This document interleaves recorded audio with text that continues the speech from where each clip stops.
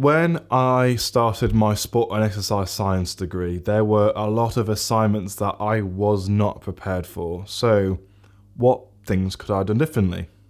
Let's talk about that. So in today's video, I'm going to be talking about the different kinds of assignments I did on my sports science degree, and a summary of what they are and one or two of the biggest tips that I can give you with each assignment. But what I will do is in the future, I will probably do a separate video for a lot of these assignments and really go into detail in regards to how you can get the best marks and also how you can avoid the most stress when doing these assignments. The first assignment, laboratory report, and this is called a lab report for short, but this is your standard bread and butter assignment on your degree. You'll probably be doing at least 2 or 3 of these. In this assignment, you follow the scientific method, and usually as a group throughout like the whole course of your year, you will go to the labs, you'll collect some data. This might be on blood lactate or any kind of physiological, biomechanical, or psychological measure, and then you will just talk about it. It's like you're doing your own miniature study in a way, and it's usually around 1,500 to 2,000 words, depending on what you're testing, what discipline it is, what year you were in your degree, a lot of other factors. The biggest tip I can give for this kind of assignment is just to become more familiar with the scientific method. So you've got your sections, you've got your abstract, you've got your introduction, you've got your method, you've got your results, you've got your discussion, and then you've got your conclusion. Hopefully I haven't missed anything out there, but I would say definitely focus on your methods and results section. You will get a lot of marks for the discussion section, but I find the results and the methods section are the ones in which people kind of falter the most.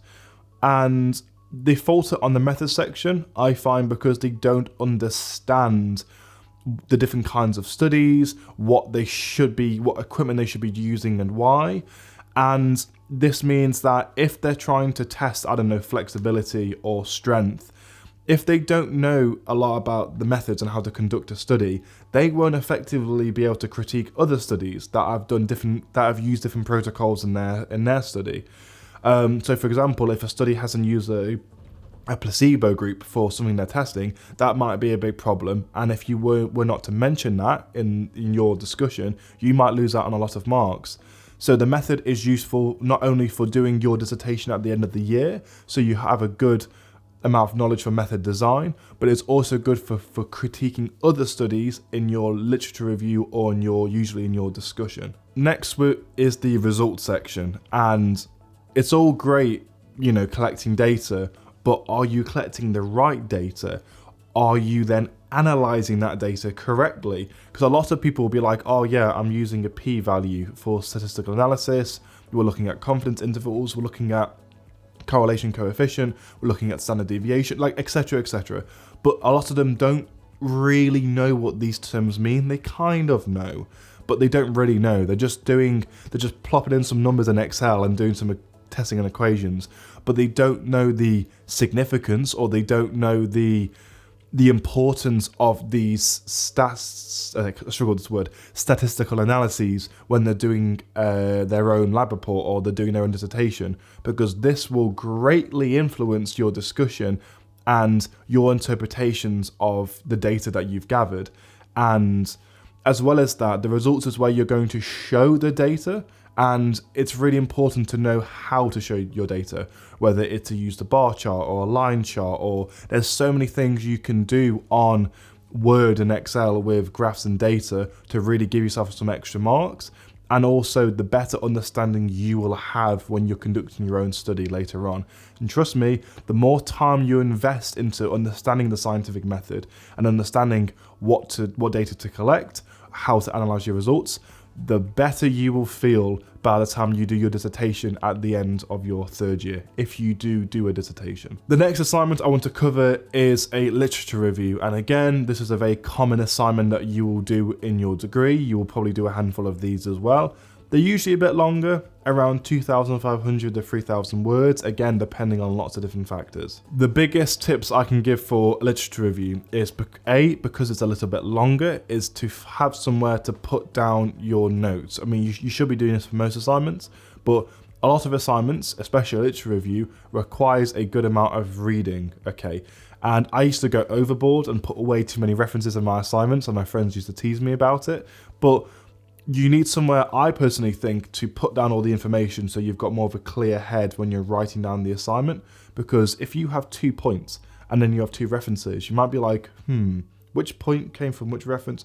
It just makes things a bit clearer, I think, when you have a separate document where you put down your notes. And also reiterating what I said on the previous assignment, again, looking more into interpreting the results and method sections from other studies will help you critique those studies and get the higher marks when you do your assignment. The next one I want to cover is a client report / case study. And this is very different depending on what kind of module and what kind of subject you're doing. So, for example, assessing someone's motivation from a psychological questionnaire is very different from interpreting someone's hamstring to quadricep ratio using an isokinetic dynamometer in biomechanics. Therefore, the tip I'm going to give is more generic. I will cover this assignment in more detail in a future video, but the biggest tip I can give for here is understand what you are expected to do specifically for this client report or for this case study that you're doing. Usually, with this kind of assignment, you will have a case study where you will get like a description of the athlete's or person exercising situation. Maybe it's more like a clinical or healthcare module where someone has diabetes or atherosclerosis and you have to prescribe exercise accordingly. It might be a nutritional module where someone has, anemia, or they're a vegan or maybe they're going through Ramadan for religious reasons and you have to prescribe nutrition accordingly for a event. Maybe it's a biomechanical or physiological case study where you have to analyze someone's data using equipment and then give recommendations accordingly how to improve their fitness. It can be applied in so many different situations. But in general, because it's so different across different subjects within sports science, because as I've said previously in a different video, sports science covers so many different subjects, think clearly about what is expected of you for this specific assignment. What kind of framework and ideas are you expected to talk about? How are you expected to lay out your information? With the data that you're analyzing with your athlete, are you expected to give a recommendation afterwards? And usually you're expected to justify your recommendations using academic literature. These kinds of questions and things to think about are really important when doing this kind of assignment. The next assignment I'm going to be covering is presentations, and I'm not going to explain what this is because most people know what a presentation is, but I think this assignment is usually more hassle than it's worth in regards to how many marks it gives you. But hey ho, it's just one of those things. The 2 biggest tips I can give for presentations is this. Firstly, assuming you want to do well on your course, which a lot of people do, in your first year, as well as making friends, try and look for people that actually try hard with their work and put effort in. And when you find this person, assuming they're easy to work with, grab hold of them tightly, not literally, metaphorically, and don't let go, and try and stick with them and work with them. And if you build up a relationship with this person, or even if you don't even speak that much, but you understand that you work well together for presentations, it means by second year and especially third year, when the marks matter a lot more, you're not thinking, is this person actually going to pull their weight? Are they going to work? Because you trust them, or at least partly trust them, to do their work. But relating to the second tip, if you are not with someone that you fully trust, or even if you are with someone that you trust, to kind of avoid confrontation and to avoid disagreements and, annoyance among the group, use something like a Google Docs to kind of use a Google Docs like a live document that everyone within the group can put their notes on that document so you can see what notes everyone is doing. And this is really useful for presentations that require a lot of reading and research and note taking. And by doing this, it serves two purposes. A, it means that there's less annoyance from people all reading the same studies, so you're more efficient. And B, it shows you clearly who is slacking in the group or who is working really hard. So someone can say, oh yeah, I've read 10 different studies, and you go, well, upload your notes to the Google Docs then, mate.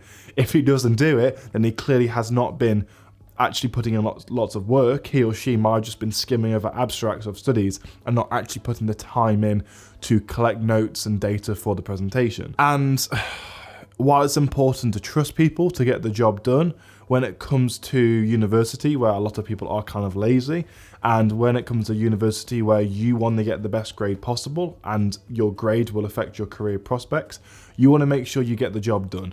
So I've made mistakes for presentations, 100%. So for example, there were times where I didn't use Google Docs, and one of my close friends, who will probably end up watching this video, I ended up kind of like getting confused with like who did what in regards to the presentation, and then that caused annoyance among the group. So from then onwards, I used Google Docs, and so it was clear how much work people were doing and when they were doing it in regards to the presentation. And then that makes it a lot clearer in regards to who's actually pulling the weight. The next assignment I'm going to be covering is practical assessments. And, probably on par with exams, probably if not more so. This is probably one of the more stressful assignments you will cover on your course.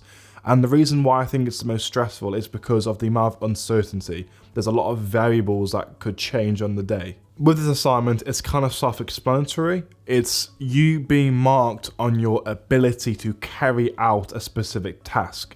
This might be collecting someone's blood and then measuring their blood lactate for a physiological test. It might be related to psychology and, giving someone a motivational questionnaire.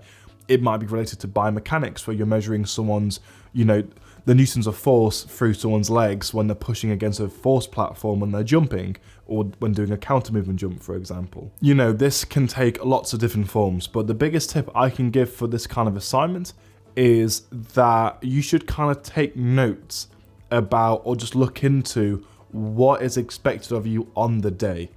So just to explain, for me personally, if I had a practical assessment, I looked into what kind of apparatus am I using, who is marking me, what room am I in, what kind of person is being used as my subject to test on, who am I working in my group, etc. The list can go on. But what I'm trying to say is, by doing this, there's less uncertainty, and I know more what is expected of me on the day.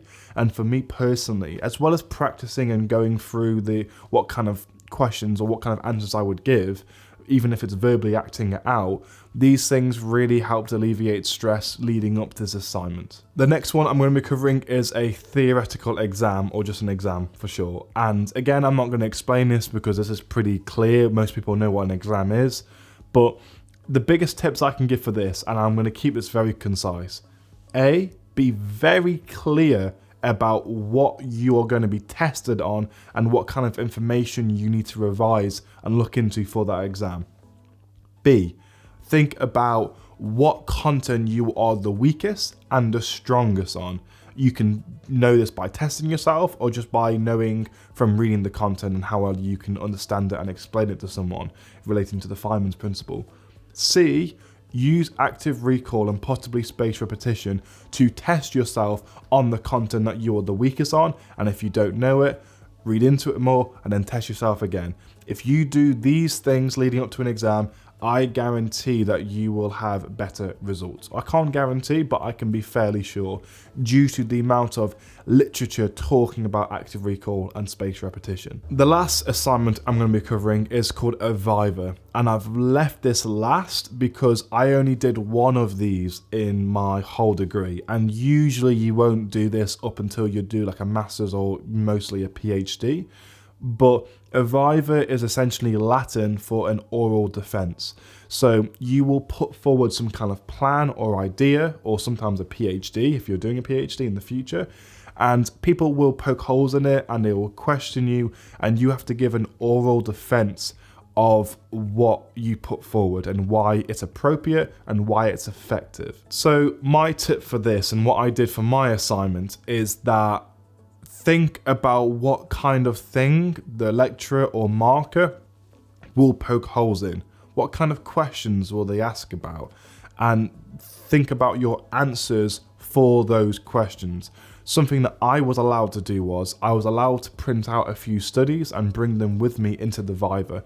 So when my lecturer asked me questions about my nutritional plan, for example, because it was on a nutritional course, I showed a study and that was printed out, and I showed specific graphs and figures within the results section just to show I know exactly what I'm on about in that case. Anyway, hopefully you enjoyed this video and I kind of gave you a bit of an insight into the kind of assignments that you'll be doing on your sports science degree.